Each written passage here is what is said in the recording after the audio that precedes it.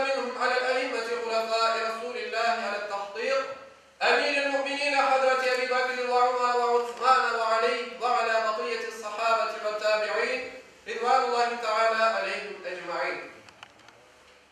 أيها المؤمنون الحاضرون اتقوا الله وأطيعوه إن الله مع الذين اتقوا والذين هم محسنون. قال الله تعالى في كتابه الكريم أعوذ بالله من الشيطان الرجيم بسم الله الرحمن الرحيم.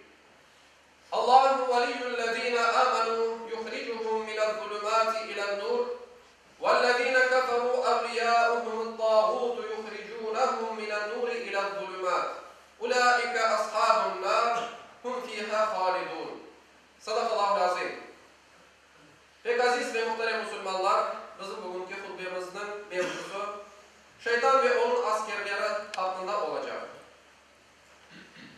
Sayılı cemaat, Adem aleyhisselam yaratılgan günden başlap şeytan Adem'e karşı düşman oldu.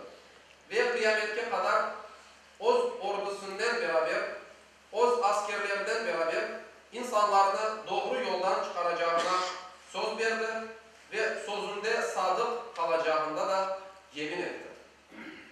İnsanlarını yoldan çıkarmak için bütün yollarını ve bütün vesilelerini kullanan şeytan, insanların en büyük düşmanıdır. Yüce Rabbimiz, mukaddes kitabımız Kur'an-ı Kerim'de bizlerge şöyle buyuruyor. Ey insanlar! Allah'ın vadesi gerçektir. Dünya hayatı sizlerini aldatmasın. O kibirli şeytan Allah'ın rahmeti meselesinde sizlerini aldatmasın. Şüphesiz şeytan sizin düşmanınızdır. Aysa siz de onu düşman olarak kabul ediniz. O peşinden ketken kimselerini tek cehennemge alıp var. Sayılı cemaat, kıyamete kadar insanlarını doğru yoldan şaşırtacağına söz verdiğin şeytan, asırlar içinde insanlarını şaşırta büyük tecrübe kazandı. Ve insanların zayıf noktalarını öğrenip hep o taraftan yakınlaştı. Allah Teala şeytanın insanlarını şaşırtmak için bir yerde oturmayacağını ve bunun için çeşitli yollarını kullanacağından bizlerge böyle haber verir. Ant olsun onların o günde arkalarından, sağlarından ve sollarından geleceğim. Ve sen onların aralarında pek az şükür etken kimse görürsün.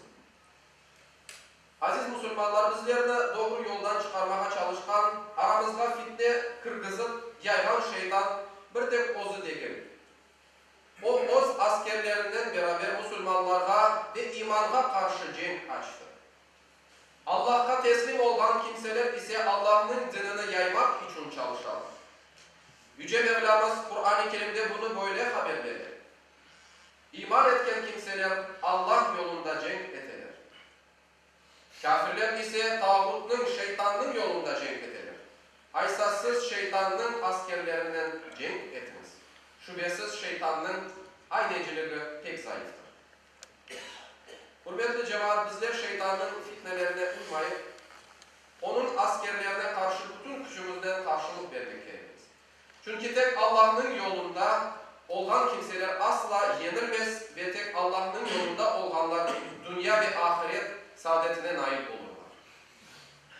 Hutbenin başında okulan ayet-i kerimenin manasından hutbemi bitirmek istiyorum. Yüce Rabbimiz, mukaddes kitabımız Kur'an-ı Kerim'in Bakara suresinde bizlerge buyurar ki Allah iman etken kimselerinin dostudur. Onlarını küfür karanlıklarından imanın nuruna çıkarar. İmansızlarının dostu ise tağuttur, şeytandır. Onlarını nurdan karanlıklarına çıkarar.